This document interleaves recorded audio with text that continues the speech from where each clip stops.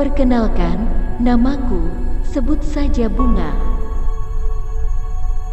Waktu itu, ayahku baru selesai beli rumah di sebuah kota di Jawa Tengah.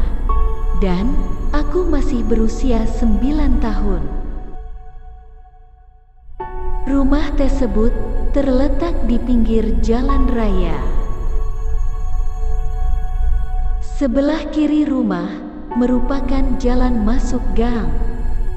Sedangkan, sebelah kanan rumah terdapat lahan kosong. Di seberang jalan merupakan area persawahan. Tidak jauh dari rumah ada pohon mahoni yang besar. Berikut kisah seram yang kami alami sekeluarga.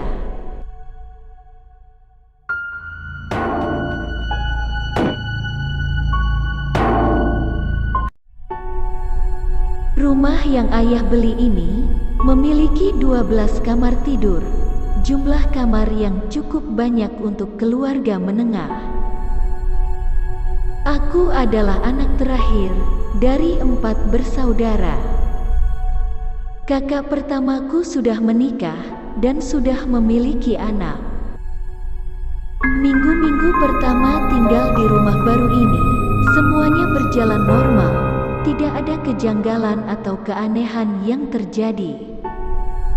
Kami sekeluarga sangat menikmati kebersamaan di rumah baru ini. Di halaman rumah terdapat 2 pohon mangga. Sebagai sarana bermain, ayahku buatkan aku ayunan di sela pohon tersebut dan aku sangat senang. Selesai belajar, hari-hariku kuisi dengan bermain ayunan. Selesai bermain ayunan, biasanya aku rapikan dengan cara disangkutkan di tempat yang sudah disediakan. Pada suatu hari, aku lupa merapikannya.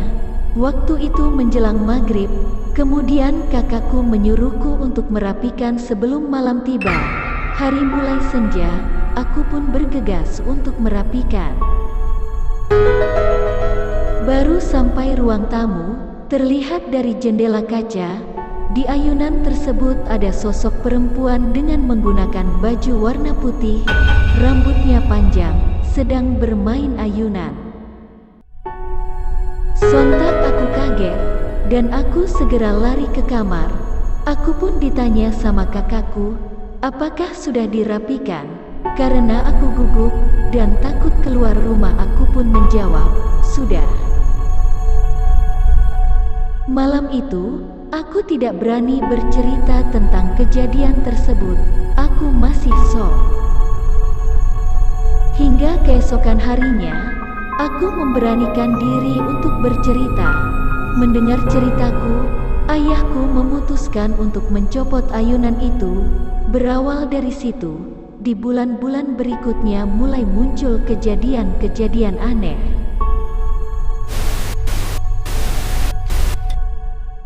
Kejadian berikutnya dialami oleh mamaku.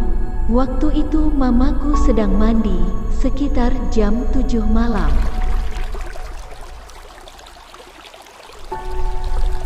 Tanpa disadari, ada sosok yang sedang mengawasi di balik ventilasi kamar mandi.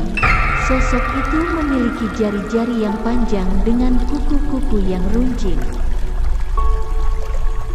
Saat sedang mandi, tak sengaja mama melihat ke arah ventilasi, dan dengan saja sosok itu terus mengawasi. Merasa ada yang janggal, mama lantas sesegera mungkin keluar dari kamar mandi. Kejadian berikutnya dialami oleh kakak laki-lakiku. Waktu itu, dia ketiduran di sofa ruang tamu. Pada tengah malam, antara tidur dan sadar, ada sosok perempuan turun dari plafon dan menindis tubuh kakakku. Kakakku langsung terbangun dan berlari menuju kamar. Dia tidak berani tidur sendiri, kami tidur bersama-sama. Kisah selanjutnya, giliran kakak perempuanku. Waktu itu tengah malam, hendak ke toilet. Belum sampai toilet, di depan pintu, terlihat sosok nenek-nenek yang menyeramkan, sedang menatap tajam. Kakak perempuanku lantas mengurungkan niatnya dan kembali ke kamar. Dan masih banyak lagi kisah horor yang terjadi. Satu demi satu, keluarga kami diteror, entah apa penyebabnya. Usaha bakso keluarga yang tadinya ramai, perlahan mulai sepi. Satu demi satu, pelanggan tidak datang lagi. Semakin lama semakin sepi, bahkan tidak ada pengunjung satupun. Sampai ada yang bilang, kalau warung bakso kami tidak pernah buka, padahal tiap hari buka. Dengan kondisi yang serba tidak nyaman, akhirnya ayahku memutuskan untuk menjual rumah itu.